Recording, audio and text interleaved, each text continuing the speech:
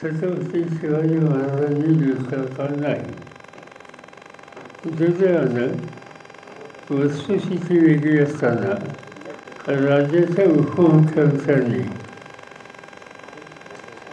एक वेगळं विधान केलं आणि त्या विधानामध्ये त्यांनी असं ध्वनित केलं की अशा प्रकारचं लूट करण्याचं काम हे छत्रपतींनी केलेलं नव्हतं आणि चुकीचा इतिहास मांडण्याचं काम काँग्रेस पक्षाच्या वतीने केलं जातं.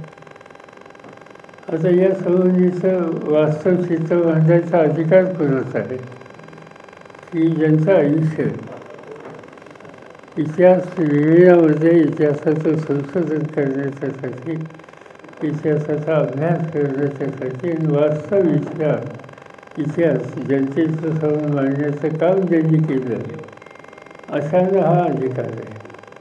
जयसिंगराव पवारांनी काल या संबंधीचं आपलं मत मांडलं आणि त्याच्यातून त्यांनी स्वच्छ असं सांगितलं की एकदा नाही दोनदा सुरतेवर स्वारी केलेली होती आणि तो स्वारी करण्याचा उद्देश वेगळा होता. त्या उद्देशामध्ये काय उद्देश आहे हे त्यांनी स्पष्ट केलं.